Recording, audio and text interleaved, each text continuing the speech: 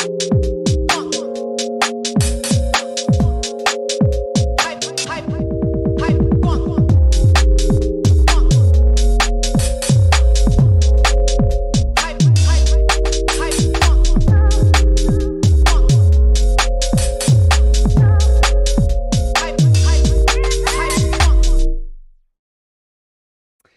and welcome to Never a Foul. It is your boy Mo, aka Judge Mo. These guys are talking, of course, in the background. You know who I'm talking about. It's Daps and Cass with a great guest today. Jess from Armchair Gaffers. Absolutely a phenomenal guy. You will hear him. We'll talk today about the fixtures coming. Not the weekend fixtures, but every club's fixtures coming up after Man United lost 2 points in the title race yesterday that they were in again for another 48 hours. If you know, you know. Man United fans get gassed and then boom, they are done yesterday. But Jadon Sancho, one positive thing yesterday, saved the day, as you guys see on the screen. But let's jump right into it, right? Let's get the guys in and talk about every single club. Of course, we're going to start with top of the table, Arsenal. And then we're going to go all the way down to the 10th place, Liverpool. Imagine that. That's what I'm saying here. Liverpool, 10th place. They might even go down below Aston Villa.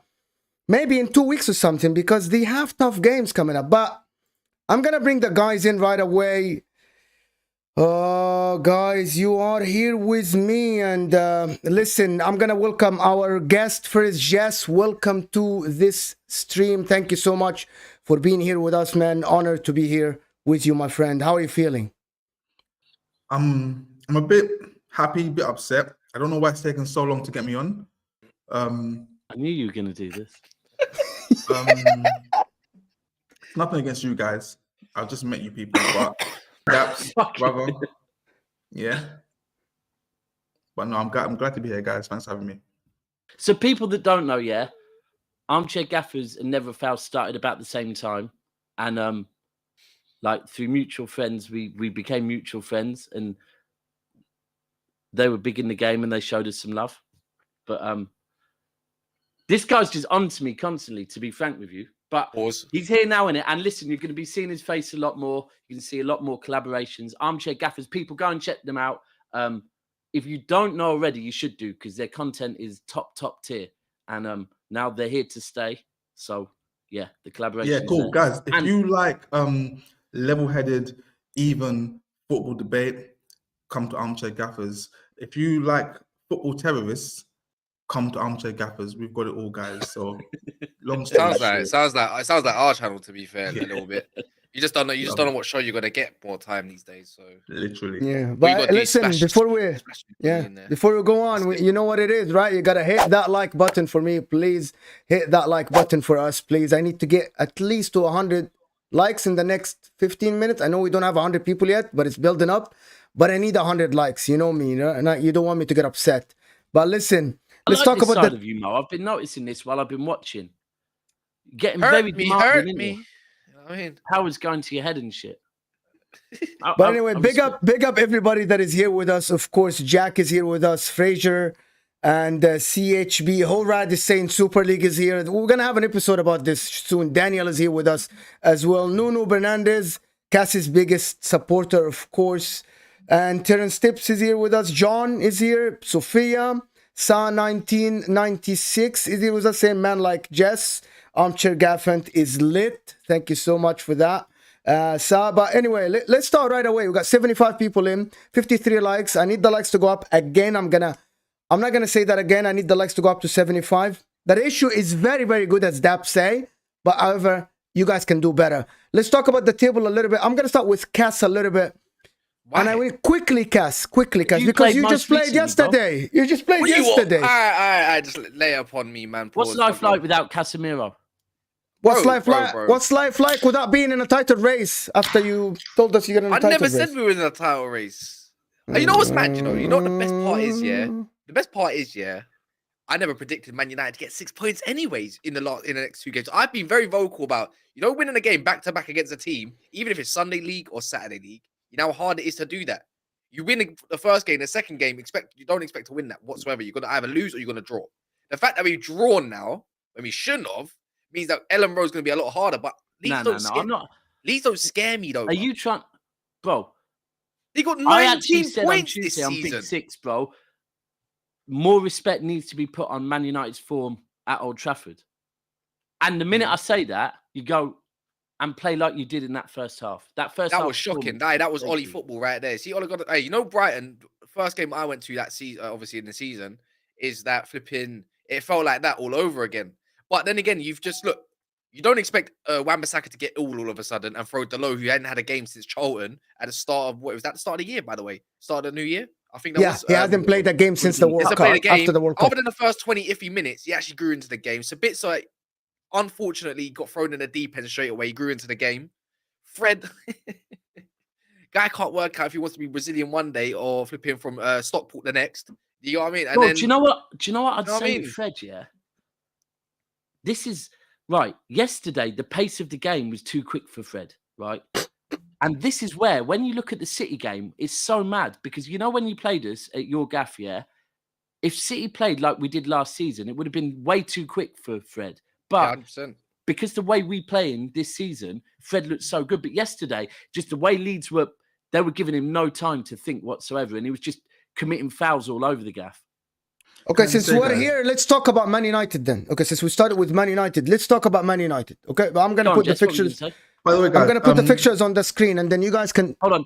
Jess, go on. ahead. Jess, just going to say something. Don't take my silence for me not being interested. I'm just very traumatized because as an Arsenal fan, I feel like I'm not allowed to speak on Manchester United without it being deemed Arsenal hate.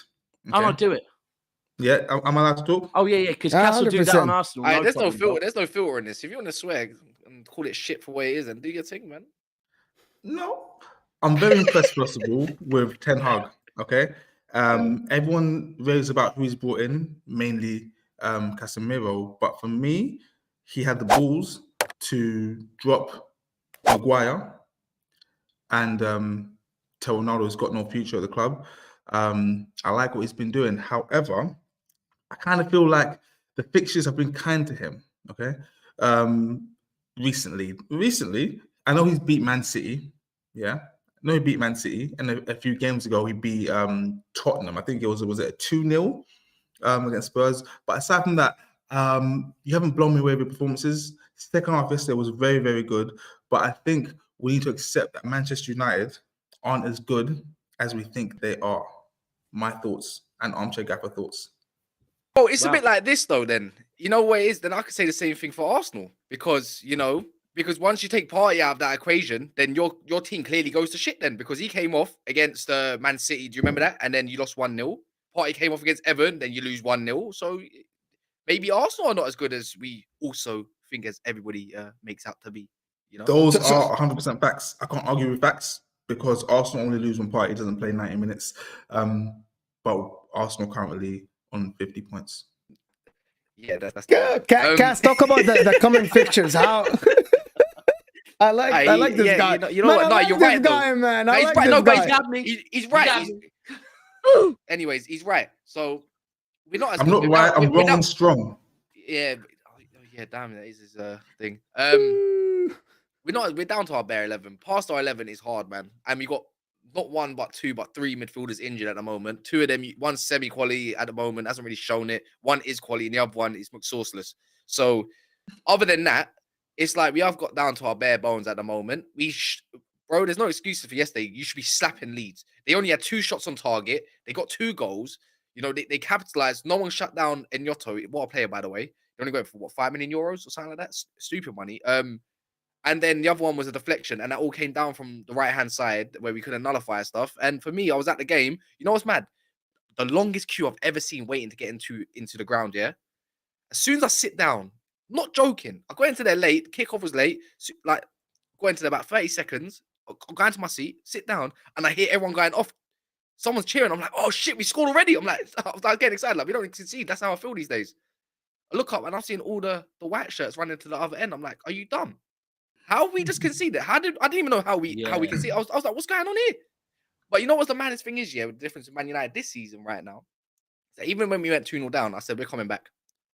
There's no chance. I felt it, bro. I was seeing people. You know what? It's something I see all the time, and it does my head in. Obviously, a lot of my Twitter followers are City, and when I see people tweeting things way too early. And I'm like, you're just giving this the kiss of fucking death. Like, and I agree with you. Look, yesterday very much looked like a Leeds team that were, it wasn't new manager bounce, it was no manager bounce, but it looked like they were playing for someone. They were like, they were running and working harder than, look, if City played like that against Tottenham last week, we might have got something. But you know what's mad though, yeah? You know what's mad? Jess said like he was quick to praise Eric Ten Hag, innit? But now I'm going to criticize him fairly. I think he was a little bit naive in his approach in that game. So you take out Casemiro, yeah? Technically, on the eye, you know, he's hard to actually get the ball off because his position is that fantastic. And then Anthony, now you can see how the team plays without Anthony in the side. Guy that can hold up the ball and not lose the ball. Now we've got Rashford and Garnacho on. You ain't playing Rashford on his best side, which you should be doing. Garnacho, you tried to accommodate him. Clearly an impact player, needs to get new boots. Stop wearing blades. Yeah, he kept slipping. Every time I go to pretty much every week. He slips. Yeah. All the time. And you got Vehicles. It's like you got two direct inside players, but then you got Vehicles. So no one's crossing the ball into a 6'5" brother. 6'6" even. But as soon as he comes off, you want to start crossing the ball in. Make him make sense. You get what I mean? And also the DM, there was so much space in the middle in the first half. There was no DM. No one could work out who the DM was. Sabitzer Fred. Sabitzer thrown in the deep end as the DM. He don't even know what he's doing more time. I felt sorry for him. He grew into the game though, and I thought he actually played really well. He actually nearly scored 2 bangers, long rangers. So for me, and that, if I'm just gonna summarize Leeds, you know, like I wanna praise them a bit. Their press was quite good, but I don't think they were just that good. I just think we were that bad. I'll be so rude. That first 50 minutes, whatever it was, it was just terrible. I ain't seen that all season. And you should learn to win games like Casemiro. Fred, you're shooting his shit, mate. Hold on. Honestly. Hold on. And do you know what, Cass? Because I've never rated Rashford. Never. Yeah. That header was bad, though. Never. Never, ever. Right? But yesterday when I saw the header, I thought, do you know what? Yeah.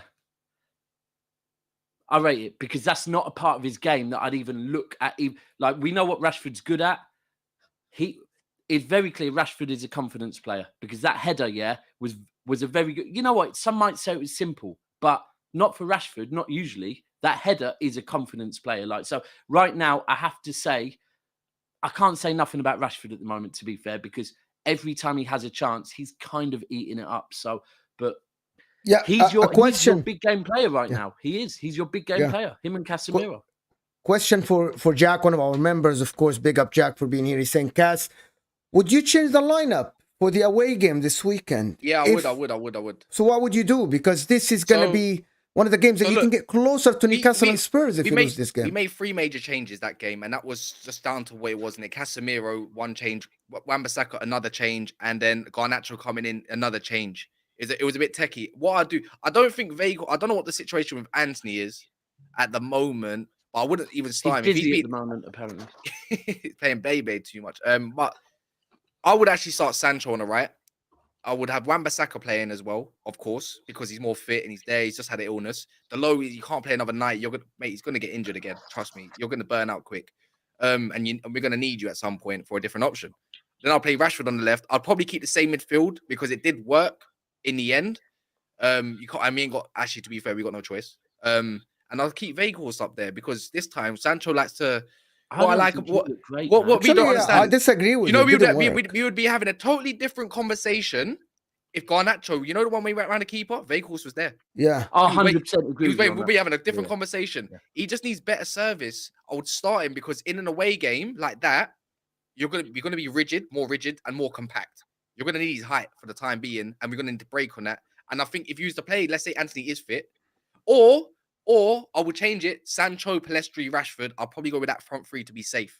Is Martial injured again? Jess, go on. You can land after this because he is injured. He's injured again. Yeah, I think he is injured again. Rashford, Pellistri, and Sancho. Yeah, I wouldn't mind that. So it's down the middle. Yeah. Rashford down the middle. So it depends how we want to play. Over the top against Leeds seems to work because Strout got a dirty injury, and someone got smashed in the head, and that means they got a head and this concussion. Think you're going to be out for 10 days. You're not allowed to play. It's as simple as that. You can't risk it because there was one where they got 2 substitutions in the first half. Was it? So yeah, it was a bit. I was like, yeah, that's bad, bro. If you're coming off because of a head, you can't play for 10 days. When Martinez did some absolutely dark art filthiness. But he got the ball. No. It's not No. Patrick Did he also Bamford. got No, the it's ball not. afterwards, No, bro? it's not. Yeah, but that's not the point. He clearly got the ball, and that's that, bro. And that's why it did go to No, VAR that's initially, not no. that. Cass, that's not that. When you land and you put your studs to someone's face, that's not that. That's Bro, not. when the ball That's was tipping different. over, did He's you get the ball? he is No, so Cass, I don't lucky know if that we're talking Patrick. about the He same is bit. so There was one lucky that point where Patrick Martinez Bamford. was naughty. He is lucky that Patrick Bamford put his face like turns his face away because the studs were going in. I'm not questioning that he got the ball, but the follow-up is nasty as shit. To put your studs in someone's face And when you know guess that he what? is Now, you underneath might you. not You have seen didn't it see yet, it. bro. Cass, You you might didn't not. see Okay. that. It was You know so what? bad. You know what? I'm not. Football's a contact sport. I'll let him do it again. Yeah, Nah, yeah, bro, but the it was follow-up after- is... Look, it was afterwards. He did. You know what? What I'm going to say is, yeah, you see when people do the dark arts and people do things and get away with things that they shouldn't be doing, He's one of them. right? That's all I'm saying, yeah? Like, Yeah. he did something very clever, but it kind of let Bamford know not to fuck about with him for the rest of the game. pretty much. Yeah, but I one of the get things it, that I get it. noticed yesterday, Cass, forget Lisandro. He was absolutely one of your better players yesterday again, which is people have to like accept it now that Lisandro Martinez is a good defender, no matter what. I'm sorry for anybody that his side was stronger than Varane's side, way stronger. His coverage is better. Varane had a nightmare, bro. Yeah. Without Casemiro, But- Varane is he looks like What- I agree. bro. One of the things I noticed yesterday, Cass, because you said that your midfield worked yesterday, I actually don't think it worked at all because to a degree it started working because they figured out who was going to play deeper and who was going to yes, rotate. because You get Bruno it? Fernandes made 3 mistakes that could have led to 3 goals. They led to 1 goal because he was going so Garnacho deep and trying Bruno. to get the ball from the defense. And that doesn't work because nobody knows who is the defensive midfielder that should get the ball from the defense. Bruno Fernandes kept the ball in your 18 trying to play from the back, but it shouldn't be his job. That was Casemiro's job. That was supposed to be Sabista's job. But in the end, it worked. Clearly, it worked. But then that's what happens. Why I say the lineup was wrong is because you need technical players. Pelestri's hard to get the ball off. Sancho's hard to get the ball off.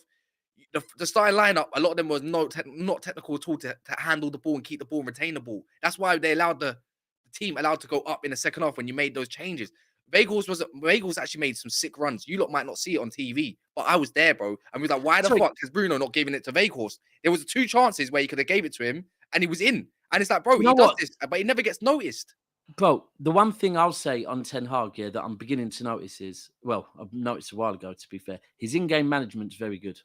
Very good. But I've been critical of it because Bro, he cost. I can tell you Hag- several games where he's made changes that have led. Yeah, no, he led to has. positive And then I can outcomes. tell you 2 games off the bounce. The Arsenal game and the Crystal Palace game, he cost those points for making those changes the way he did. The second Arsenal game. Yeah, the second one. Right, okay. Yeah. He changed it up and it was like, bro, I said, please do not put Bruno on the right. He done it against Palace. Well, please don't put Bruno on the right. He took Anthony off. Now you just destroyed our width and everything. You're an anti-defender, aren't you? What I am? What do you mean anti-defender? You're Anthony defender. Yeah, I like Anthony because it's the same way I'm going to protect him because he has got 5-6 goals this year and he's 22 years old. I think 23 now, and he's young, bro. 4. You know what I mean? No, 2. Yeah, he's 22, turned 23. I think he's turning 23. And I'm saying he's young, bro. It's his first season. He's come from a Dutch league and he's learning, innit? And then I'm seeing the last few games him actually take the man on and do little things. Just learn to use that right foot a little bit or be deadly with it. A little bit. Well, At a all. lot. At all. A lot. But it's Man just United it's fans just- about Anthony is exactly as Man City fans about Grealish is exactly as Liverpool see the fans dynamic. about You could Gakpo. You guys are protecting the player whilst half of your fans are actually not happy with his output lately. I don't care what half the fan base are, bro. Then they can be plastic, bro, because this guy's not even been here for 6 months and barely played a lot of games. I'm gonna Can I let say- Jess, give me the talk about it. He's got I believe that I could be wrong. Again, guys, I'm very scared to talk nowadays because, like I said, Arsenal fan, so I prefer not to speak on Manchester United because if I speak, I'm in big trouble. But I believe that Anthony is on the same trajectory as Nicolas Pepe. There's no difference there. There's no here we go. difference there.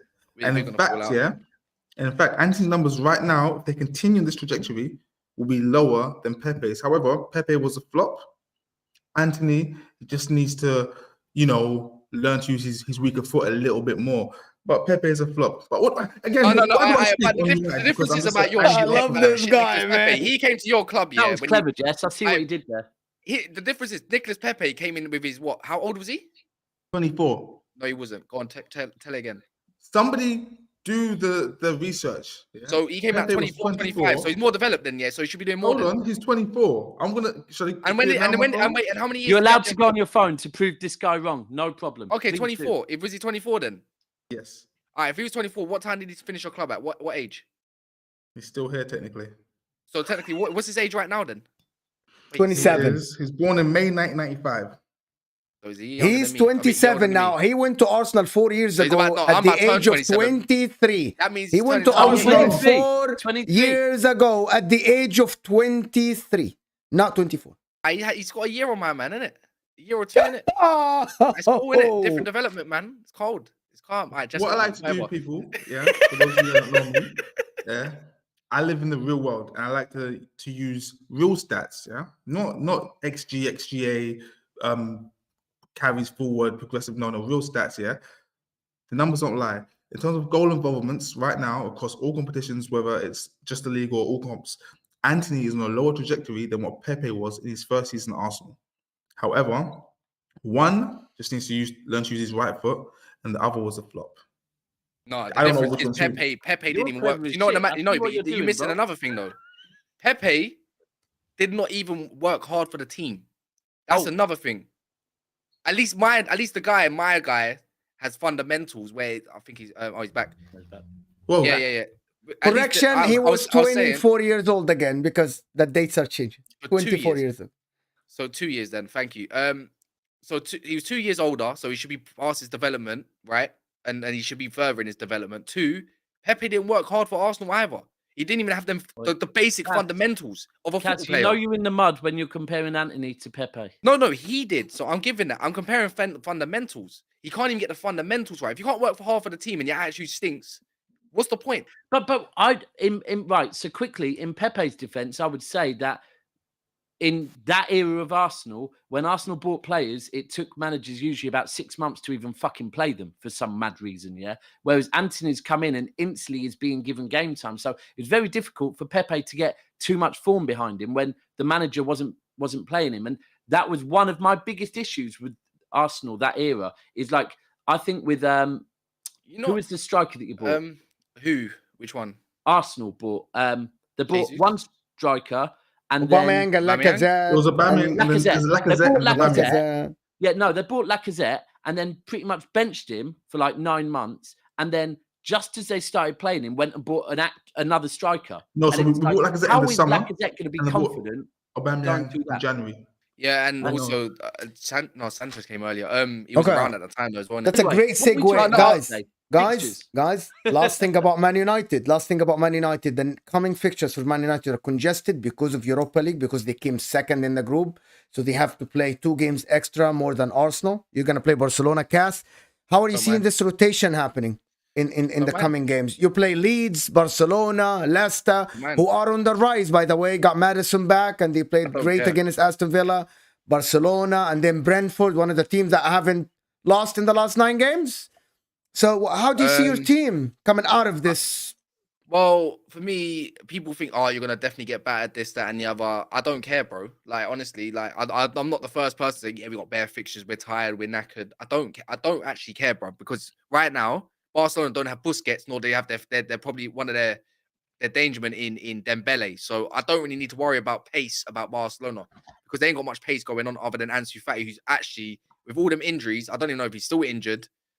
I think he's lost a little bit of sharpness, to be fair, and that little bit of pace from so many injuries already at his age. So I'm not bothered about that. Ferran Torres, whatever other winger they got going on, Lewandowski, let's go, bro. Rafinha. Osman Dembele's injured. Rafinha, I do not give a crap about Rafinha, bro. He's been off as well. Like, do you know what I mean? This is why I'm more confident about Barcelona. Because the only thing I'm worried about is the midfield. But you lose Busquets, who's going into your DM? De Jong? De Jong. Kessie? Yeah, but De Jong's not. It's like that's like putting Sabitzer in DM. Really. He's not a DM. He can dictate, but when it comes to the nitty gritty stuff, he's not the. He's good, but he's not the greatest. Do you get what I mean? Like I feel like we can expose that just that little bit, But it'd be very hard. They'll win the midfield battle all day long on passing, but other than that, the defense don't scare me either. You know, I think Araujo is quite good, but their fullbacks are weak. So they're missing a lot. But we're talking about fixtures. You have got congestion, ain't you? Because you've got we got games every 3 days. Europa, Carabao, Yeah. FA. Yeah, yeah, No, no. FA Everton's next. I'm not sure when Everton. That's is. in March, I guess. That's in March, Yeah, Daps. that's early March. That's in March. That's in March. March the 1st. Is it March? Yeah, I think so. So, but it's still congestion. But then, luckily for us, I think Jesse said it at the start. We have a lot of. We got an easy run going on. I don't think we've had an easy run because a lot of the big teams we played all at once, pretty much. Yeah. So for me, luckily I've got Leicester at home. That should be a pumping, easy. Old Trafford, I can't lie. Casemiro should be back. Casemiro's not back for that. Back last week against Villa. I'm not. But who? Yeah, but that's Leicester. Aston Villa. 4-2.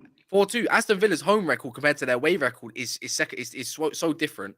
Aston Villa. Your home record is pretty good, but yeah, that's why I said when it comes to home games, I'm pretty sure we're not going to make the same mistakes we did with Leeds, and I'm not really bothered about Leicester like that. Yeah, So the question, Cass, is out of the next 5 games, are you going to come out second, or are you going to be 4th behind Newcastle, or do you see yourself still staying 3rd? I'm not too sure because I don't know how the other fixtures are going to go really now. If Newcastle win the game in hand, they go above you because you guys only have 8 goals difference. They have 22. Yeah. But for me, Cass, can I ask you a question? On.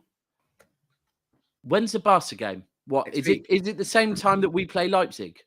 Next week. So yeah, next It's week. Thursday. Yeah, Next Thursday. Not next week. Week after. Yeah. No. Next week. We got Barcelona away. No, we got Arsenal. We got Barcelona. Yeah. We got Arsenal. That's different. Next week. That's different. That Champions League is different. You play in the second fixture of the Champions League. When we play Arsenal, they're playing right. Okay. So if you can kind of just right now, would you say, in all honesty, the league is on the back burner while you're playing Barcelona? What do you mean on the back burner? Like it's in the back of your head. It's not actually the one you're thinking about. It's not, because when you know the way I look at it, it's like Casemiro might have got red carded, but now he comes back to that Barcelona game fit as fuck, fresh. No, I hear you.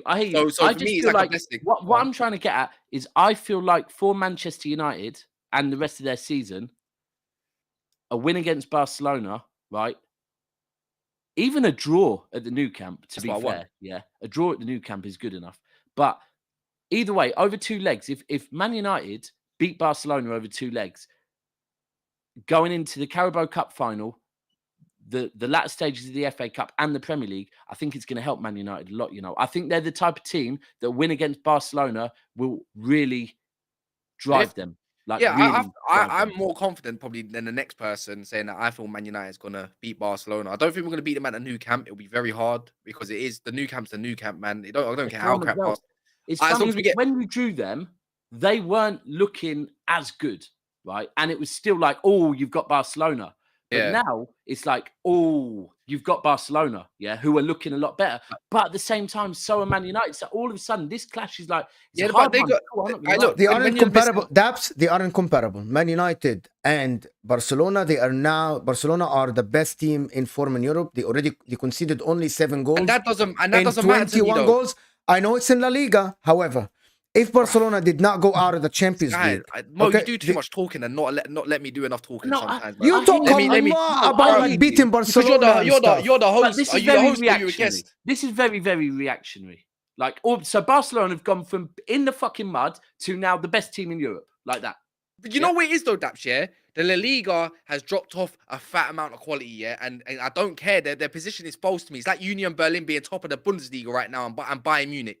I saw Barcelona, the same team that was top of the league at the time, have a stinker in the Champions League. That's why they're in Europa League. Benfica slapped them, Inter Milan slapped them, and who else did they have in their group at the time? No, they have Bayern Munich. But didn't you go second after a team that is 7th in the Premier in the La Liga now? But the Premier League quality compared to most leagues these days are different right now. But you came second in the Europa League. Compare these days, I think the second in competition right now in leagues that are good quality is Serie A for me. That says a lot. Jess, I know you think a lot of Barcelona because you think they're better than all teams in Madrid, right? No, I'm a Madrid fan. Hala Madrid. I saw a clip where you were saying that Barcelona. I swear I saw a clip. That's Scorcher, not me. He likes Barca. I like Madrid. I hate Barcelona. But what was the question? Because I may still be able to answer. No, I was just going to say, do you think where Barca are, what Mo just said there, do you think that's true? Barca best team in Europe? No, because he forgot about Napoli. I didn't want to say it at the time. Yeah, Napoli. Yeah, I agree with you. But Barcelona now with numbers and the way they play now, I think they're actually even better than Napoli because Napoli lost to Inter. You remember that? Bruv, are we gonna forget that they've just lost Dembele and also Busquets, which it means Which there's is two big fine, players. completely fine. They it's just not fine. destroyed Just because Sevilla Rafinha gets a 3-0. goal in there, that's fine. All I'm saying is that I'm not convinced. if you're I'm gonna not put the convinced money, either. if you are to put your money on somebody, Jess, would you put your money on Barcelona or Man United in this game? If I'm I feel, yeah, because I see United play a lot more than I see Barcelona play. And I feel like United thrive against teams that have come to play football. So if you look at their last two losses, or not losses, where they dropped points, Palace and Leeds, yeah, these two teams weren't really trying to play football per se, yeah. But when a team attacks United, they can bank up, get the ball to Casemiro, Fernandes, and at the time it was Eriksen, and those three players can launch a quick counter attack for Rashford to get onto.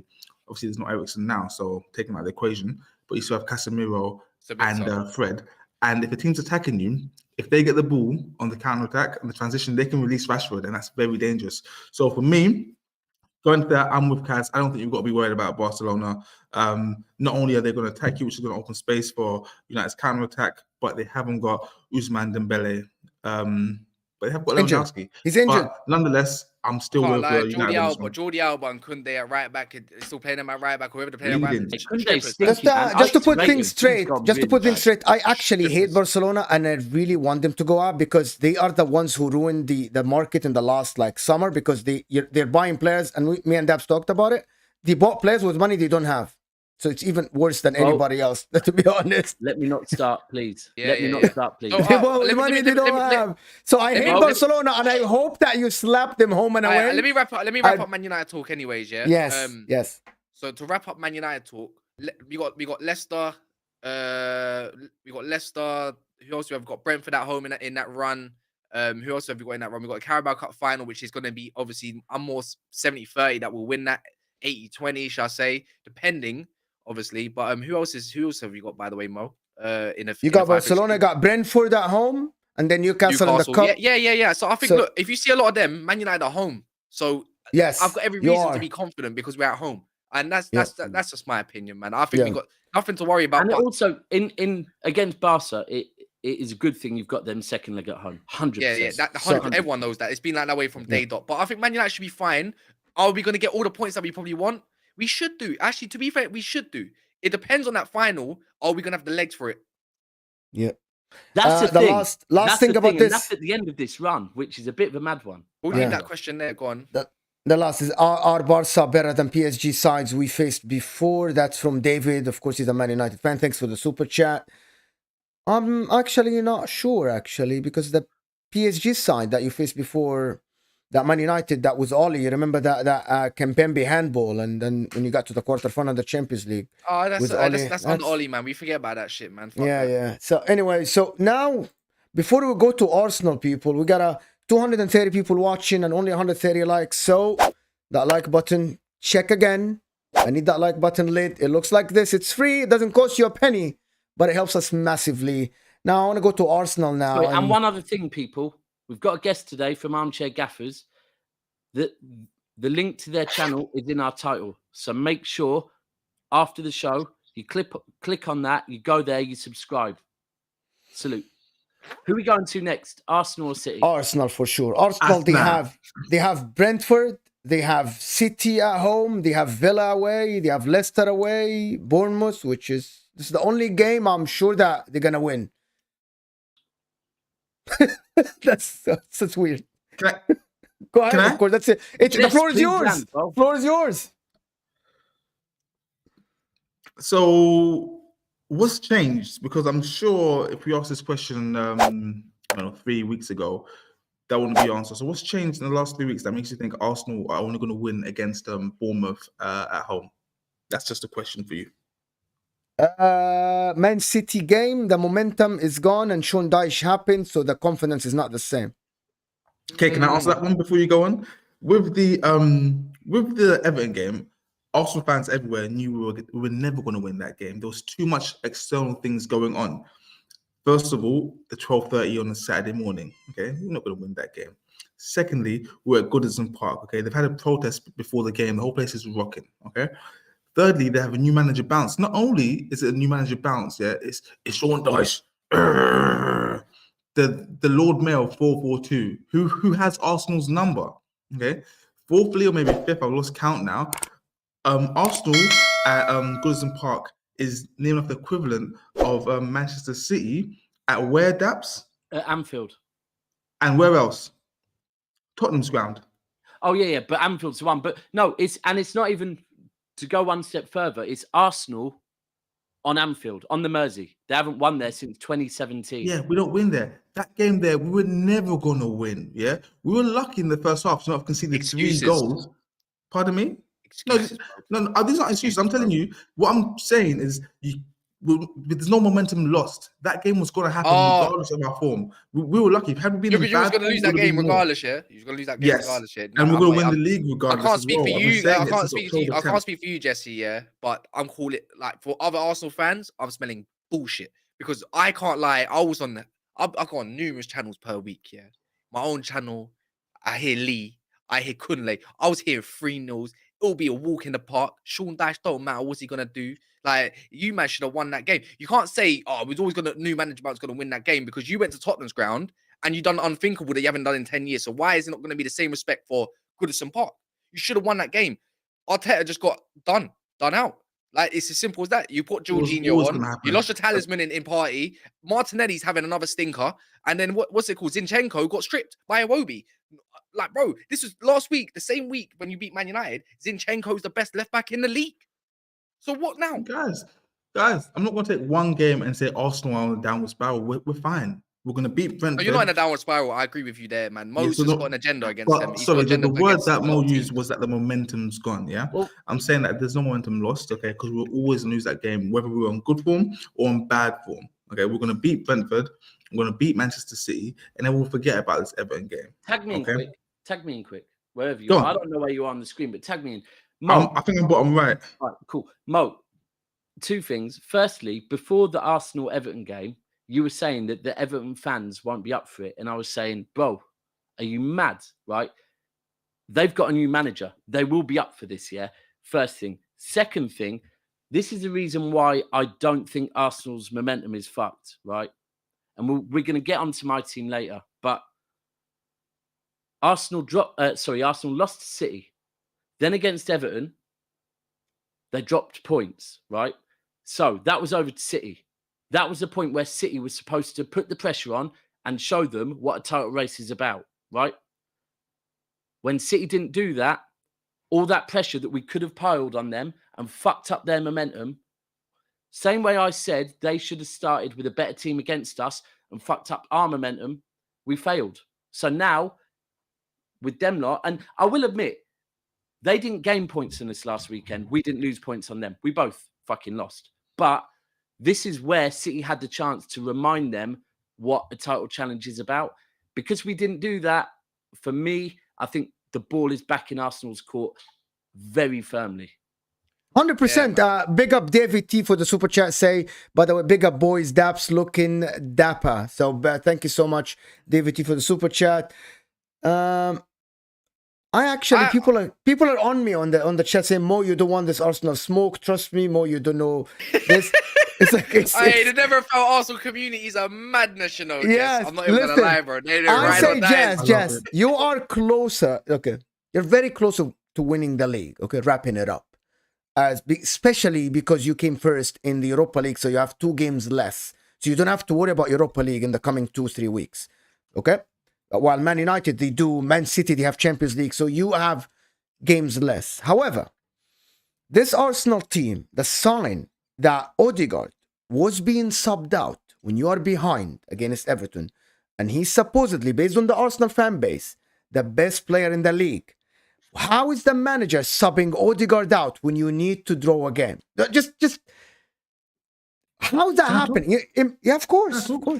Okay, I don't know how you saw it, okay? But managers have to change things. Things aren't going so well. You got to try and change it. It's as simple as that. It's not a matter of, we're subbing off the best player in the league. We have another player who potentially could be as influential as Odegaard. His name is Fabio Vieira. He needs game time. Unfortunately, I said potentially could be as influential. Yeah. Don't try and twist what I'm saying.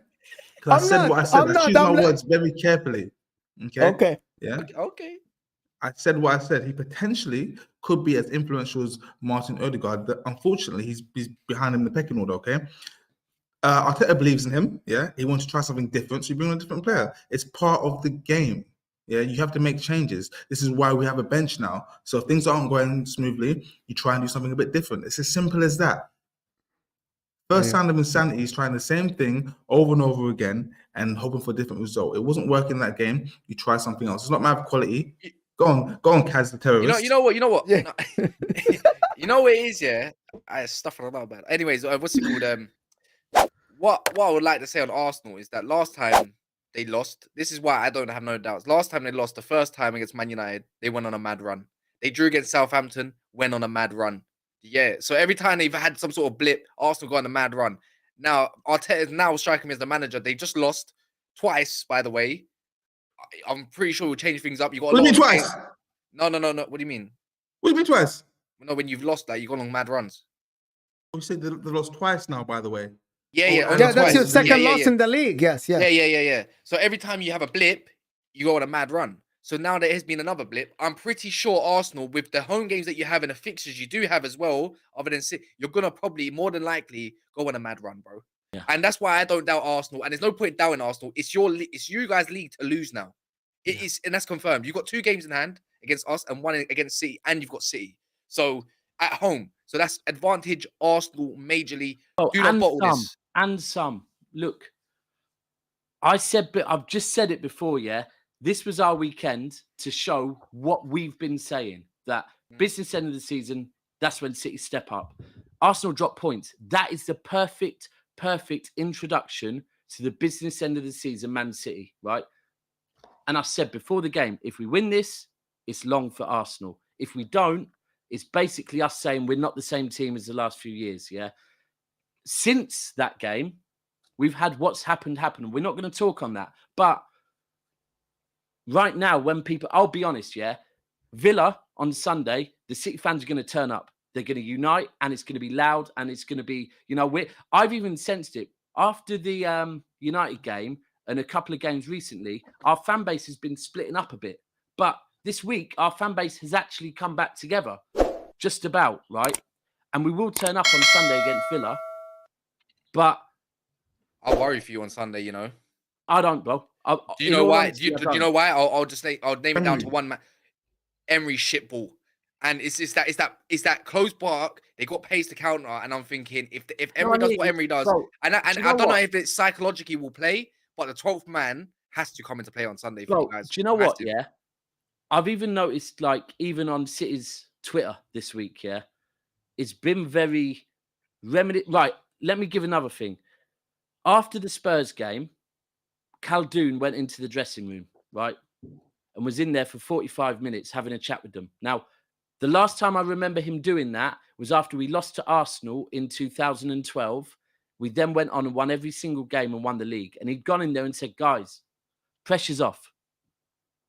I want you to start enjoying the game again. Just start playing football. The season's going to end how it's going to end. Just go and do what you've been doing up until recently. I do think that we'll get a result against Villa, and I think we'll unite. But I've got to be honest. I was at the Spurs game, and there was so much wrong from Pep's selection. The minute I saw it as I'm walking to the ground, I'm sorry. Rico Lewis, sensational, young talent, right? But if Kyle Walker and now Ake are left back, yeah, Pep's decided he's our left back. If they're both fit, Diaz is fit, Laporte is fit, stop putting all this pressure on an 18-year-old, yeah? Akanji, he's our 5th choice. Why is he starting, right? So there's that. But then there's Walker was our captain. There was no captain on the pitch. There was so much wrong with City that day that even if Arsenal have lost a bit of momentum, that City is expected to go to the Emirates at the moment. And listen, any City fans that are saying I'm being negative or anything, I'm not. I've been positive all season. But it gets to a point where you have to be realistic and say some shit needs to change, because at the moment on the pitch. Sorry to cut you. You said something key there. You said that City team, okay? when you talk about City nowadays, we've got to talk about this team that's in front of our eyes right now. Okay, forget Aguero. Forget all that. Yeah, forget everything that's happened before. We've got to deal with this current iteration of Manchester City. Yeah, and take nostalgia and past experiences out of the window because things change. Jess, that's what that Tottenham game to me was. That was the confirmation we're not the same team. Yeah. So terrorists like you, Kaz, where is you on the screen? Where do I point? Where is you? Where am I? Okay, I'm gonna point here. I don't know who's up here. On your the right YouTube. side, the other side, your right side. Yes, yeah, that's terrorists Kaz. like you, Kaz. Yeah. Okay, you got to live in the here and now. You're a nostalgia boy. Okay. This City team and you, Mo. Where's Mo? Over here. I'm up here. Mo, you as well. Okay, do that. Yeah. Okay. Look at the City team for what they are. We talk about the depth of the City team. Yeah. I don't see any depth. Okay. We talk about them know how to win it. Okay. Yeah. For the last 5 years, for the last 5-6 years, they've been competing every single season. Yeah. Maybe they need to freshen up. Maybe they've run out of steam. But this City team is not a City team we've come to know and love these last few years. Is that Jess? Is that because of Haaland being on the team or what? No, I'm sick of this. I'm asking Jess. I'm asking Jess. No. Can I speak? I'm asking Jess. Why you're all triggered? Why you're all triggered? I'm asking No, Jess. Jess. I just don't get. You know Let what? me talk. He's asking Jess. Let me It's talk. not Jesse. It's Lessie now. He's got L next to his name. That's it. Whoa. Lessie. Cut me deep. Less. Woo, might not come back. But as I was saying, guys, yeah, let's look at football.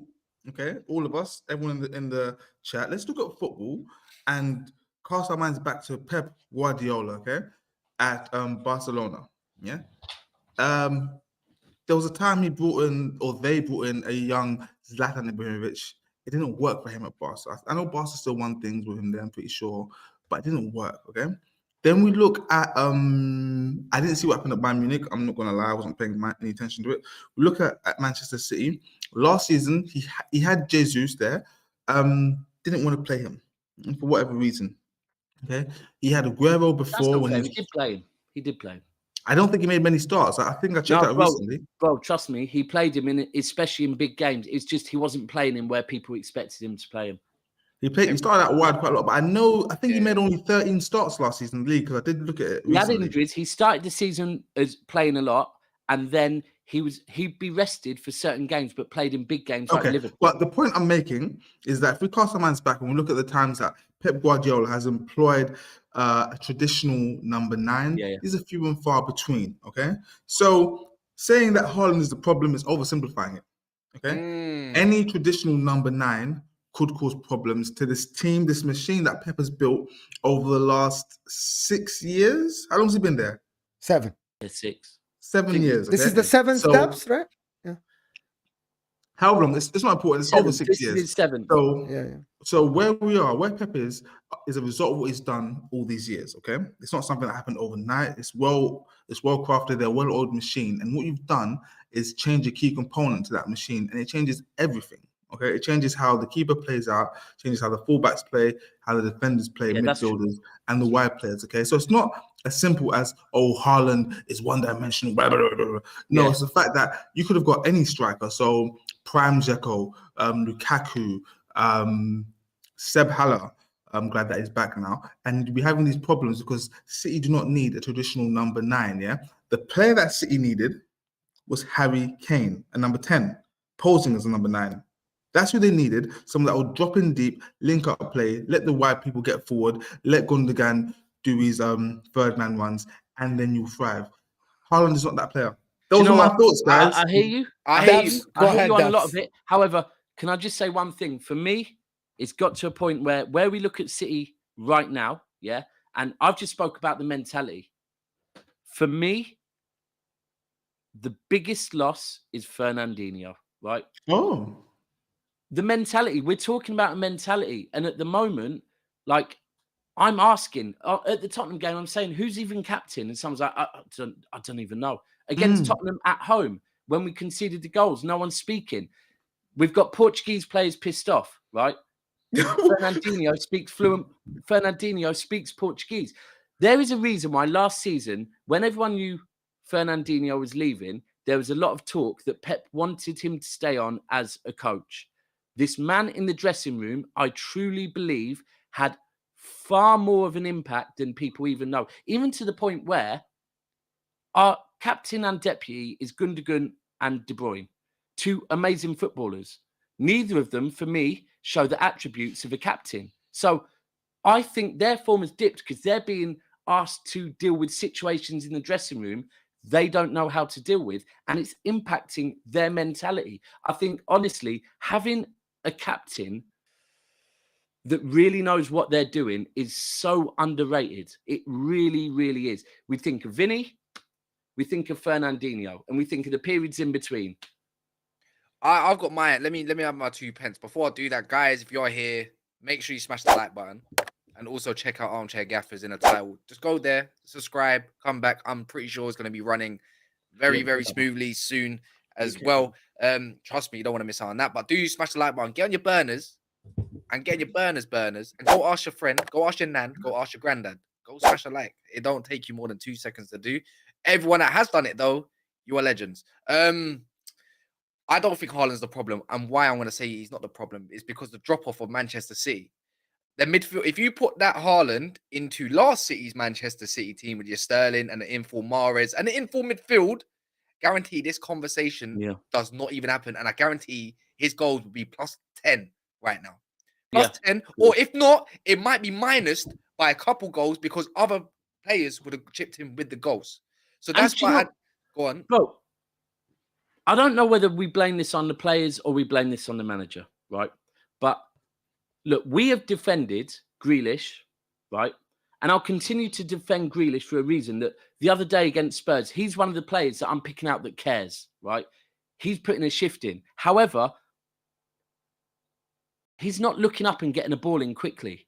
He's looking for another side. I was going to say this, Daps. Look, I like Grealish as a player and everything, but I just don't think he's a City player. And I'm just going to say it. Bro, no, here's the key. He's not a City player with Haaland, right? And same with Mahrez, that both of them are not, they're not players like that look up. And Zinchenko is one of them, by the way. You know, these players that they get the ball, they look up, they put the ball in. No long thing, right? With Mahrez and Grealish, neither of, and they are perfect, that type of play for Haaland. With Grealish and Mahrez, that's not what they're looking to do. They're looking to cut inside, draw a player close to them, play another pass. With Haaland, by that point, Haaland's like, I've been in the box for 10 minutes and no one's put anything. And then eventually when it comes in, he's like, well, now there's 15 men around me. It's mad because I think against Tottenham, I think it was Michael Richards saying, bro, he made like 15 runs, got ignored. So that backs up your statement. Exactly. And what I'm trying to back up, I'm trying to just fuck the shit talk off for a minute. I don't think Grealish is going to last as long as Haaland will, because I think Haaland's the bigger bag right now, and I think Grealish has had some time. He might even just go on he might even just be a rotational type player in the end. I don't know. I don't care how much he's cost right now. I think City needs they need a fresh midfield going on, right? When you think of it, their centre mids, what the average age is kind of mad. Foden needs to be more in the cut, because at the start of the season, we saw Foden and Haaland link up quite a lot. And then apparently he's one of the best in Europe, by the way. Yeah, it was. It definitely was. And I just think maybe it's time for Foden to maybe go into the centre of the midfield potentially. Do you know what we were pointing at? Get yourself some direct wingers. Mo, you're going to like this one. We have to be real, right? And this is a point where at the moment, City is raw, right? And at the moment, more than ever, as a City fan, I'm telling you, no player's bigger than the club, no board is bigger than the club, and no manager is bigger than the club, right? Now, I'm not saying, and I will never be screaming Pep out. However, most City fans will agree with me that to not have Diaz and Laporte on a pitch away at Spurs, is criminal, right? It's criminal. And at the moment, we have to look at it and say, this is on Pep. Pep needs to deal with this. He's paid enough money to, one, tactically get it right, but two, also motivate the players. That's my last. My 2 bits about City is that Pep Guardiola is the best manager to ever exist in football in making systems. Maybe he's not the best to read games, like Sir Alex Ferguson was amazing in reading games, changing stuff in the middle of the game. However, as I'm echoing what Jess said, the problem is not Haaland himself. He's an absolutely a brilliant striker, one of the best we have seen in our lifetime as a number 9. But the problem is the way Pep Guardiola builds his system. He doesn't need a number 9. He needs a Harry Kane, as he said. He needs someone who gets involved. And to be honest, even with Aguero is a much better footballer than Erling Haaland. And that's the problem. Go on, Jess. Of course, Jess. Of course. Being so polite. A couple things. Terrorist. A bit off topic. Yeah, I'm seeing a lot of Tanzanian people in the comments. Yeah, guys, I'm Tanzanian. I can read Swahili.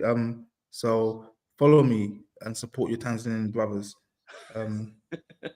Yeah. Okay, guys. So since Jess said that, no, his link, his Instagram is in the description. Yeah, the Armchair Gaffers. Please, guys, make sure to check it out in the description. Click that link; it will take you to the. It will take you.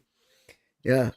Secondly, when someone mentioned Grealish, it took me back to what I call the heyday of Man City. Yeah, it was Sane and Sterling. Okay, Yeah. lightning quick, wide men. Look at City now, and that's not there. Yeah, so maybe I'm going to kind of backtrack a little tiny bit and say that maybe the number 9 or Haaland isn't the problem. Maybe it's the fact that these wide people aren't doing traditional byline cutback. Man, that's why I think he thrives the most. Rodri chilling. Look at Jadon Sancho when he played on the right with Haaland. It was the same thing. How do you think most of his assists? Cutbacks, bro, or just whipping it in on the favoured foot. It's true. Look, our fullbacks are inverting so much that they're basically DMs. Big up Football Terrace in the chat. I don't know if it's Jerry or KJ, but thank you so much. Saying smash the like button. Thank you so much for dropping by. Absolutely phenomenal. Thank you so much for being here with us, of course.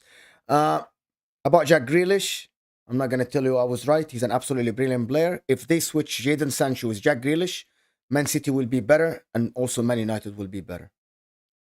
Because I think Jack Grealish is absolutely phenomenal in ball carrying, and Man United, as Cass said, they need someone to have the ball stick to their feet and carry the ball. That's what they missed yesterday. And Man City need a direct winger like Sancho. It's very strange. We need a manager that's willing to play with a direct winger. Yeah, as well. He had direct wingers. He sold them. Well, but he didn't want to be there no more. We need a manager that's willing to play with direct wingers. So, and let me be clear. Everyone that knows me knows I am not an anti-Pep guy. I'm just saying, like, everything's raw at the moment. We have to say how it is. And, like, that Tottenham game, there was so much wrong at that Tottenham game, yeah? And, like, I mean, listen, I was hurt before the news on Monday. From that Tottenham game, I was hurt, yeah? The news that followed was just a fucking stamp on my face while I was on the floor, to be frank with you. So I just think Man City's most scary team for me was when they had Sane and Sterling on the wide left foot, right foot, direct down there, and then Aguero in the middle. That was it. And Fernandinho cleaned up everything. Somehow Pep didn't like him. No, it was Sane. Yeah. We know why. Sane was the problem. Look, hold on. We have to be clear as well that Sane was not a regular starter for City, right?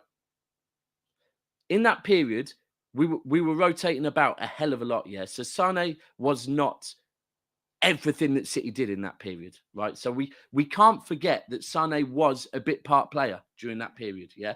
I'm not taking away things he did. He was the most exciting City player I've seen since Peter Beagrie, right? But let's not overreact on Sane. Martin Petrov was exciting, but carry on. He was, agreed. He was very exciting. You're right.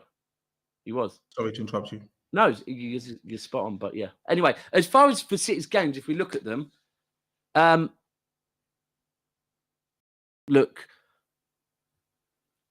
I'd love to say that I can expect us to go to the Emirates and get something. At the moment, maybe I'll be more positive after the Villa game, but at the moment, fresh in my mind is the Tottenham game, and we played a out-of-form Tottenham and got beat 1-0 and didn't look like we were going to score, really. So, listen, by the way, it's at a point now where I'm saying, with everything going on, City players, step up and show us something. But the way I see it right now, the City Arsenal game right now, it's at a place where it hasn't been for a long time, and that place is that we don't know the result. And I think that speaks volumes for where City are and where Arsenal are. Because before it was 3-0, 4-0, 4-1 maybe. But now City versus Arsenal. City could win. Arsenal could win, but we're at a point where we don't know. I think that is what speaks volumes for You know where what the maddest City thing is are. though? You man can drop points and it won't even matter now. Yeah, quite a few points. We No, won't because no, we're no. the best Hold on, team in no, the not league. true. And Bro, if correct me if I'm. Oh no, because they've got a game in hand still. Yeah, Against yeah, you're Everton right, at yeah. home as well. So, and I think So this is they're why I said basically this is 8 points, This is Arsenal right? to lose, man. It's Arsenal to lose, man. yeah, Let's be real. guys, before we move on, 'cause I feel like we're going to move on soon. As a nation, as a footballing community, when are we going to admit that Ben White is one of the best fullbacks in the league, best defenders? Are we not going to? All right, let's move on. Next topic. Yo, that's a shameless plug. I will talk about it later, but no, you wouldn't like my That's answer. a shameless plug, you know. Yeah, gonna do that? so talking about Ben White being the best right back. You Luke man Shaw's- called Shawdinho or something. Well, so. right now he's still Roberto. he's that guy. That's Shawberto it. right now. Yeah, you can say that still right now. It's probably if not the best left back in the league. You know, I love Luke Shaw as a football player. I just think he can't put it for wrong for me. I just think he's great. That's just my opinion as an Arsenal fan. Could do all of it. Anyways, who's next, Mo?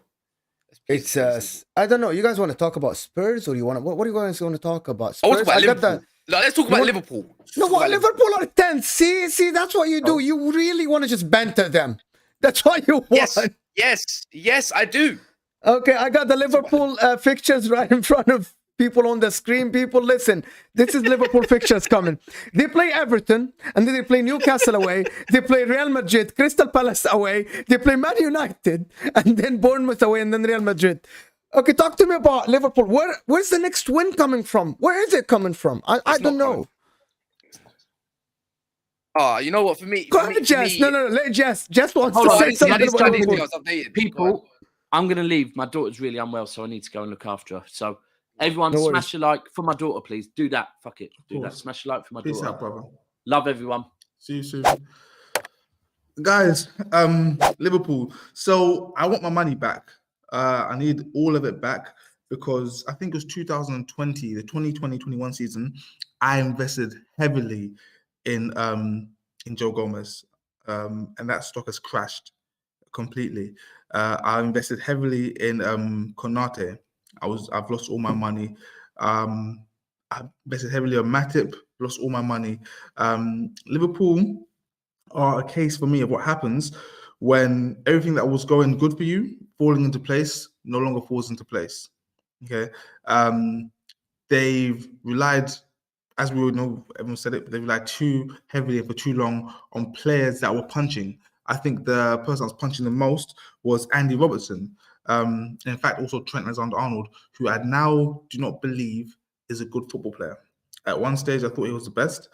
At one stage, I thought Trent Alexander-Arnold was the best, and then I put him under the microscope, watched him for a couple of games, and I realized he's very technical. He can kick the ball very accurately and very far, and that's it. Trent Alexander-Arnold can kick the ball very accurately and very far. Said he's not a good footballer. He's not. I'm not saying he's a bad defender. I'm not just saying he's good at attacking. I'm just saying he's actually just not a good football player. He's good at kicking the ball where he wants to put it, and that's it. I'm sorry. I can keep talking about Liverpool because, what's much to say about? I'll let one of you guys chime in. I want to ask you just something. Ward-Prowse is amazing in doing free kicks, crosses, and everything, but he's slow. He's a midfielder he cannot challenge. Alexander-Arnold is probably the best guy in crossing, playing long balls and stuff, but he can defend. His passing is good, yes, in long passing and stuff like this. He can dribble. He's slow. So does he only fit the system that Liverpool used to play? Only that? Exactly. So I was saying the thing that allowed Trent, the thing that facilitated Trent Alexander-Arnold at Liverpool was Virgil van Dijk and at the time Joe Gomez and then Joe Matip. Okay, because they were physical and very athletic, and because Henderson had energy, Trent was given license to do what he had to do, knowing that when it broke down, it's okay because VVD or who was on the right side, Gomez or Matip, would clear up. Okay, knowing that most of the game was played in that third, at least in their half, the opposing half of the pitch. So there wasn't much coming back this way. Liverpool would win the ball back immediately after losing it, so he wasn't exposed. So he is very much a product of a system that was just geared to what his attributes were.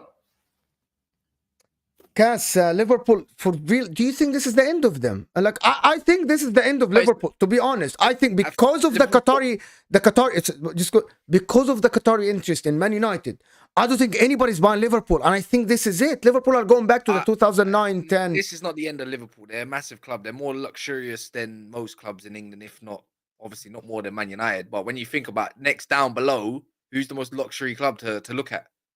Historically and everything, it is Liverpool, bro. Like, let's be real. It is. And their price is not that bad. If Tottenham is being valued at 4.5 billion now, and Liverpool have been only asking for 3.2 billion, I mean, I know who I'd rather buy. Do you know what I mean? I know who I'm buying. And it doesn't need fixing up. I think the stadium needs more fixing up than it is because they've only done one stand. I think they should have a bigger stadium for its size. And the one thing that's lacking right now is obviously the board. It's gone to shit. Jurgen Klopp's gone to shit. The squad needs invested in. And it's as simple as that, really. But the problem is, old. You're right. Yeah, I'm actually not disagreeing with you. The squad do need investing in, but Klopp as a manager demands very particular things of his players. You've got to be high intensity, high energy, and willing to listen to him. Yeah, but so if you don't sign the right players, that's on him. And that's on him. And it all started from signing Nunes when they never needed him. It started from signing from Thiago Alcantara because he's not. Yeah, I said that as well. I started at that, but I meant from this season as well, where he could have used most of that money for midfielders. Yeah, it was a lot of money to spend, and I just don't think Liverpool are at that stage. It's not the end of them. They will get bought, and it will take time to get back on its feet, of course, because I don't know how far away they are into their selling progress, but they're shit. They are shit, and long may it continue. Cody Gakpo as well, absolutely atrocious. You know, still ain't made his debut. Liverpool have scored 1 goal in 2023 in the Premier League. 1 goal, and guess who that was from? Oxlade-Chamberlain. And you're meant to tell me that they're meant to go against Everton, who Sean Dyche ball, 4-3-3 compact. You know, Sean Dyche got some flipping, what's it called? It's got some black players and realized that, oh shit, look what they can do. I've been having it wrong all the time at Burnley. So man's got some athletic players now. Is that fuck? My crazy, 4-4-2, 4-3-3 rigid, old style English play might be effective. And what's the best way to play against Liverpool? Sit back, counter, do your thing. Because then the gaps are going to open. Because that midfield, Everton's got a better midfield than them. Funny to say that because Wolves the other day for a period played football. It wasn't counter. They actually played ball around Liverpool. So I think you can sit back and counter, or you can play ball against them, and you're going to have success either way. Mo Salah? Can we Mo Salah talk about Salad? So here's the problem, Jess. That's my point. I say that before. If a player or two in a squad are not playing good, we point to the players. But if I have 11, 12 players, and it doesn't matter who steps on this pitch, they get battered and they can't play football, I will point to the managers. But Liverpool fans, they love Klopp so much that still a lot of them, they don't want to point to the manager. They say, it's Fabinho's problem. It is Henderson's problem. It's Salah's problem. All these players, this is their problem. Fabinho, 30 years old. Henderson, 32 years old. This is, I'm sorry, for some midfielders in the world, this is the prime. And then you want to tell me that Trent, Gomez, Matip, Robertson, everybody's bad and Klopp is the one who knows football. I'm sorry. Someone has to stop and think, Jurgen Klopp, your other ideas or something needs to change in the way of thinking about football. And I think this is my opinion. I think Monday could be the nail in the coffin. I don't think so. Because, I mean, you're right, but with the Klopp situation, I think you've got to be very delicate with someone that's brought so much to the club. And this is me speaking as an Arsenal fan, because the way that we, Arsenal fans as a collective, whether you were Wenger out or not, but the way we dealt with Arsene Wenger, despite how we saw and that was your downfall. We're top of the league on 50 points. No. I'm saying no. That was your downfall. That was your downfall. That's what he's saying. When he did leave, how long have you taken to get to here? Like, and how many problems and everything? Liverpool, for the sentiment, yeah, for me, I would give him the season for what he's won at the club. Yeah, no, you're here now. Yeah, for me, okay, cool. I would give him to them if it was me in it and he won me all of that kind of stuff. And because they have been in the mud for quite a while and they got their first Premier League under him. But sometimes it's like enough is enough. Look what he done with Dortmund. He ended up 17th for them. Bro, it's time to move on. The players that clearly don't buck into your ideas. FSG went out anyways. So the new owners might not even want Klopp. So everything's up in the air. Yeah. 7 years, Cass. 7 years at Dortmund, 7 years at Liverpool. It's time to move on. If Everton, look, when Luis Enrique is available, bro, you got to make moves. So for me as well, and I think the collective of players that they do have will respond better to Luis Enrique for the type of ballers they do have. But right now, but for me, Jess, though, but right now, it's like, have they got the balls to do it? And are they going to do it? And how do you want your season to pan out? That's it. And if you do lose to Everton at Anfield, if you do, I wonder how the fans are going to respond to that one. Exactly. And there were a lot of people at Liverpool. You said this about recruitment earlier on as well, about backing the manager. They've got a lot of dead weight players that are surplus to requirement, in my opinion. I'd say Joe Gomez, Milner, and Henderson. Those three at least. Keita, Chamberlain, perhaps. I don't think. He's cutting out. It's not for me only, right? Newcastle that come up, perhaps, but I think he's. Sorry, am I back? Yes, you are. Did I go? Am I back? Yeah, back. Cool. I feel like a lot of these players have reached the end of their tether here, and you got to shake things up and just accept that for the next 3 to 5 years, you may just be like treading water, but building something to succeed further down the line. I think that's where they are now. So, okay, I want to just, we've been going for a long time, but I want to move to, like, one of the things that we need to look at is Chelsea, actually. Chelsea? Who? Chelsea. Oh, Chelsea. For one reason, because Chelsea, on paper, they can actually catch up to the top lot, especially the 5th and the 6th people. They can catch up to them. If they win against West Ham, but I don't see it coming, to be honest. I don't see it coming. I think Graham Potter is out of his depth, and I loved him at Brighton, and I actually was a big advocate for him in talking and everywhere. But again, I don't see the footprint. I don't see what he's trying to do. I'm looking at the pitch, and I don't see what's the plan going here. Arteta with Arsenal, you see what he was trying to do. Pep, Jurgen Klopp, Erik ten Hag from the first game, you see what he's trying to do. Graham Potter now, half a season, and I don't understand. What are you trying to do on the pitch? What's the plan here? And we keep hearing new squad, but I want to see what you're trying to do, buddy. Kaz, were you going to talk? No, go on, continue, because I've got all the time in the world to talk about Ukrainian Britney Spears. So I love it. I love this kind of negativity. I love it. I don't believe that Graham Potter is in a place where he signed up for. Okay, he joined Chelsea thinking one thing: new owners, a bit of investment. I can finally go and buy players that I've had my eye on for a long time, but I didn't have the budget to buy. But he's wound up in a place where you have 33 players in your first team squad. 33 players, okay? Now, if somehow Graham Potter and his staff managed to find their strongest 11, a formidable group of players that are fantastic and win most games, yeah? That's one thing. You've also got to find a decent bench from these 33 players, by the way, okay? So you find a bench and you find a starting 11. You're still going to have 17 players or so who aren't even in the squad. Players on big wages, on long contracts. There's going to be discord amongst the ranks. People are going to want to play. They're going to want to move. It's going to cause disharmony. And that is what will curtail any efforts you make to climb up that league table. Too many players at Chelsea. That was my point. If I go the long way around saying things, it's because I don't know if Graham Potter's going to get a good nick out of him, but I think what I'm interested in with the West Ham game is João Felix is back. Now I want to see. Now I saw a 60-minute cameo, and that was probably the best cameo I've seen from a Chelsea player in time, right? Not Britney Spears against a 38 years old James Milner. You know what I mean? Like they got Madueke now, and they got Midson Mount, fam. So they got the 3 mids to tears going on. Kovacic should be back. I'm hearing. So I'm again, Enzo. I'm watching you. 105 million. Won't forget that. So they spend a lot of money. Now you've been backed, my brother. I want to see what happens against West Ham. If they get a draw against West Ham, that is not good enough. Not when you got your João Felix, your Sterling, Madueke, Mudryk, who should be not ill no more, right? Enzo Fernandez, the Cobham boys, forget that. Kovacic is back as well. Dama and Mason Mount and Gallagher, absolute shit player. And that back line, the thing is they do have though is a good defense. You got Reece James, another game he's fit. You got Chilwell, another game he's better. Cucurella looked a little bit better as well.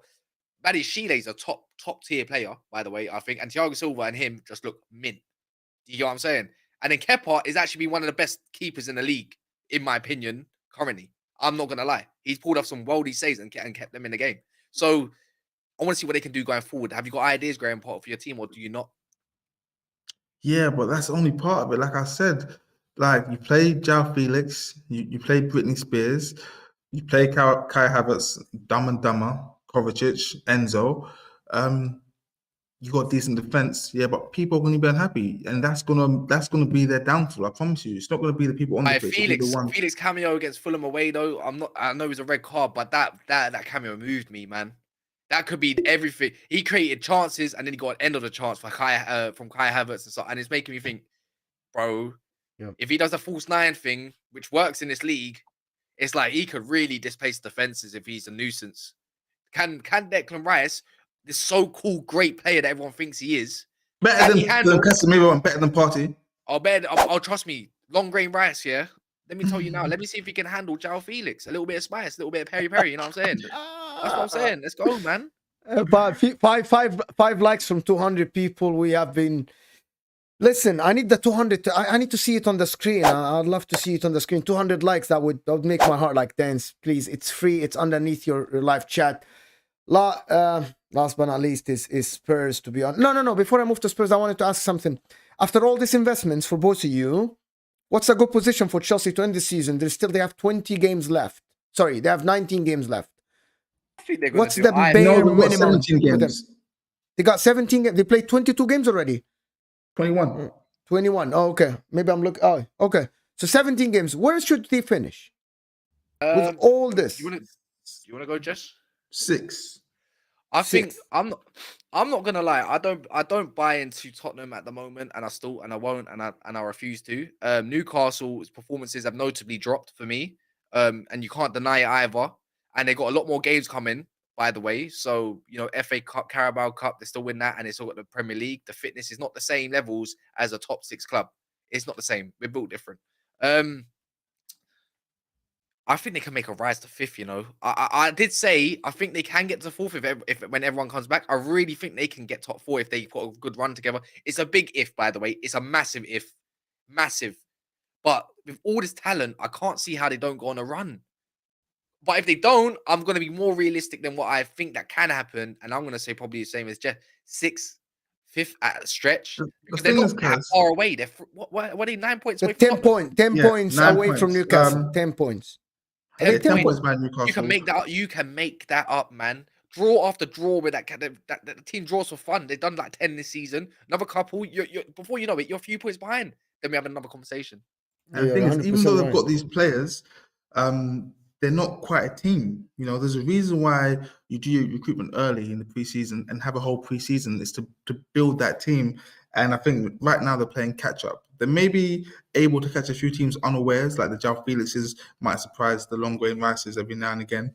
But as a whole, they're not a unit yet, and that's they ain't made the jollof rice yet. You get what I mean? Like exactly, it has to come together. So yeah, I think looking at it, I'm not sold by Tottenham, but they're plucky enough. Let's talk about them then, Jess. Let's talk about Tottenham then for a bit. Let's talk about them. I think Harry Kane is. I'm gonna say it now. I've decided today that Harry Kane is the second best player to come out of this country after Wayne Rooney.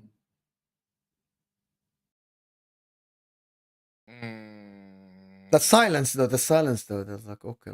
Guys, I'd rather Wayne Rooney, Harry Kane, attack or striker or something like that. Player Owen Hargreaves, Steve McManaman. I'd rather not. If you tell me if you had to choose any English player, the second one you'd go to is Harry Kane. He doesn't disappoint. Doesn't let you down.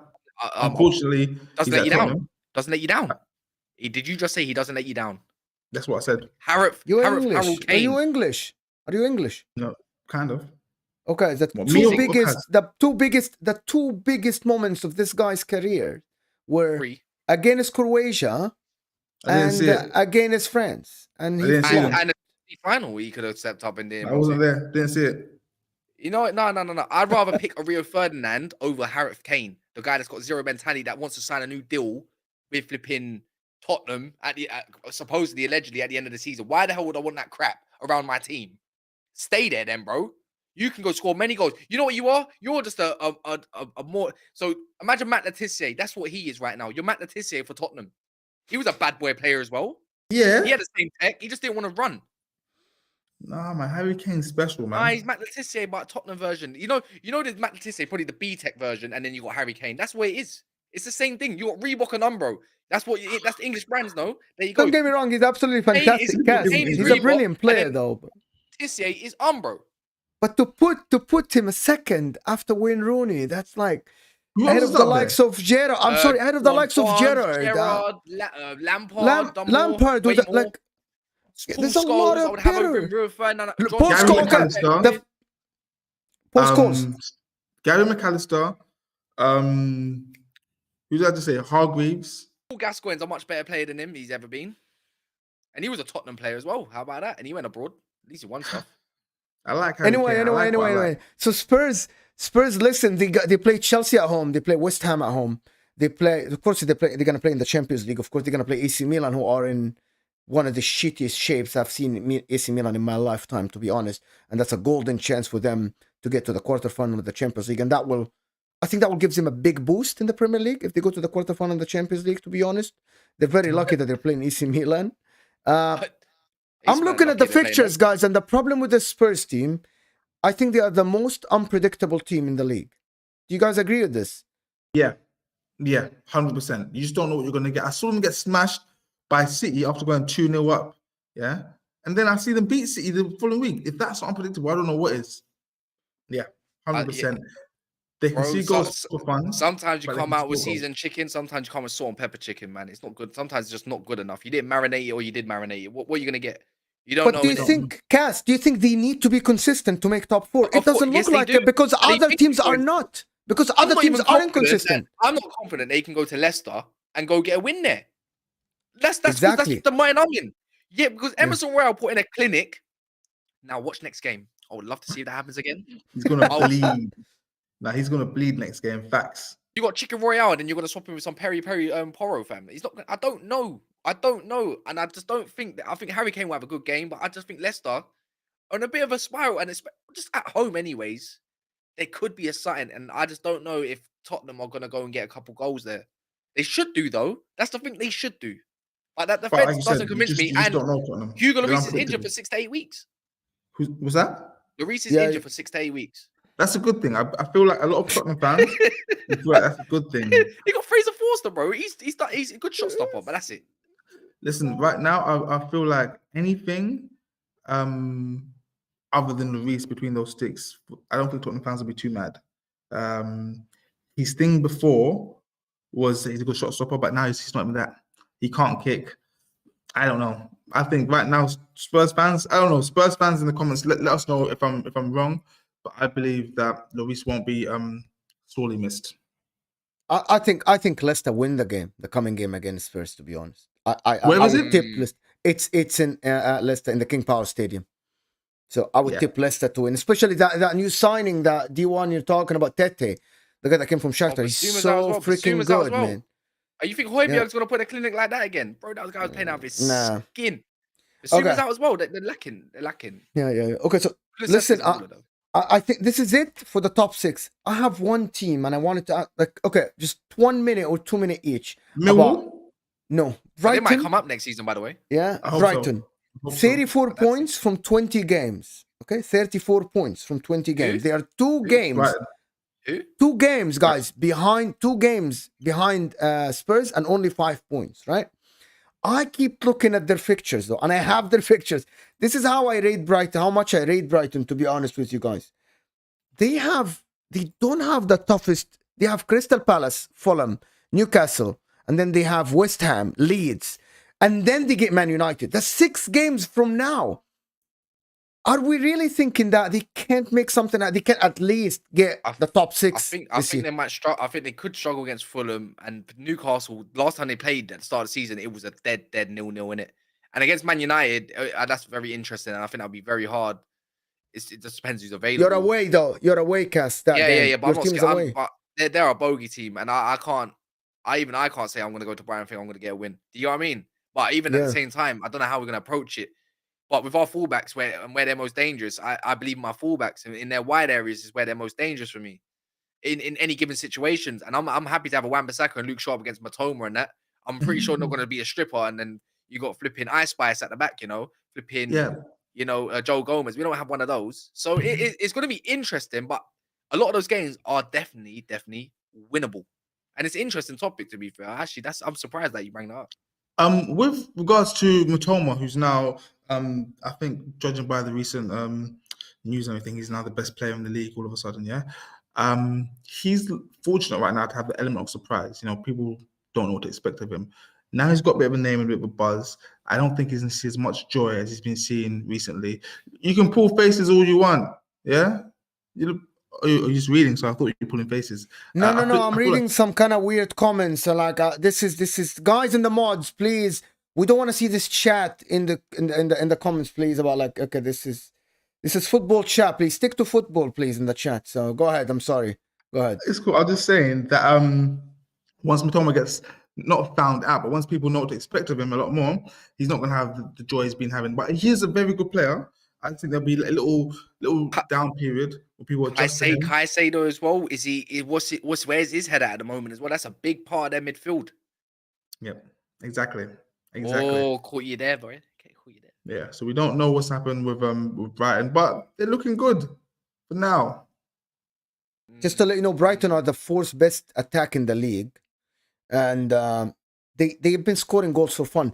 Listen, if this is going to be another West Ham or Leicester, I don't think they're going to get top 4, but I think it's going to go down to the end of the league, the last 2-3 games, and I think at the end they're going to get like 5th or 6th. You know what I mean? Like the West Ham and Leicester, I think 2 seasons ago. I think that's what's going to happen, but they're going to stay where they are, to be honest. But anyway, we've been going for a while here. Jess, guys in the chat, Jess is all the socials and the Armchair Gaffers in the description. Make sure to check them out. Absolutely enjoyed that conversation with you, Jess. Can I say something? Yeah, of course. Hey guys, my name is Jess. Some of you may know me as Wrong and Strong, part of the Armchair Gaffer Quartet, another football podcast. If you like level-headed, even football debates, then please subscribe to Armchair Gaffers. But if you like angry, tribal, football terroristic debates, subscribe to Armchair Gaffers, guys, because we cater for all. That's Armchair Gaffers, and I'm you're nearly on 4K, innit? 4K subs. Nearly on 4K subs, but I feel like, you know what? I feel like we've been stuck for about maybe like 3 months now. Subs haven't gone up or down. I feel like this power's working against us, brother. Brother, playing against us, brother. Somebody. But no, we're nearly on 4K. And it's been a hell of a journey, and hopefully you guys come on board and see what's happening over on that side and still on this side. And yeah, absolutely. Tomorrow, guys, we are back at... Go ahead. No, go ahead. My team as well. Yeah, so if you wonder why I say certain things, it's because I bleed red and white. Shame. It's a shame. Okay, so before I go on and do the outro and all this stuff, so you're the team, the Armchair Gaffers. You guys are like Arsenal fans, and who else is on the team? Yeah, so there are 4 of us. There's myself, Jess, an Arsenal fan. We have the infamous Scorcher, Bad Boy MC, who, as you guys will know, is a Tottenham fan. And then unfortunately, we have Dan and SB, who are they support this team in Manchester that wear like yellow and green. Norwich. Yeah, no one's perfect. Norwich. Anyway, thank you, guys. Bigger than both them clubs you mentioned at the start put together. Okay. And one more trophies put together. Yeah. Okay. Guys, Jack here is saying this. I really need this to happen. After that the stream is done, guys, please make sure to go put a comment in the comment section after this video is done. It will help us massively. We have 170 people here with us, so make sure to do that for us, please, as Jack is saying. Thanks for all the members, subscribers, and all the people that is supporting us, and all everybody, the mods as well, for taking care of the chat. Thanks, Jess, for being here with us. Tomorrow we are back at 3:30, myself and Ty, for a weekend preview that's different than But this, we're just gonna do a weekend preview. Oh, and Cass, I'm sorry. Oh, okay. Yeah. I thought so. Sorry. Cass will be there with us. You know what? He's gonna be there. But anyway, Yeah. we're out of here. Thank you guys for watching. Mm.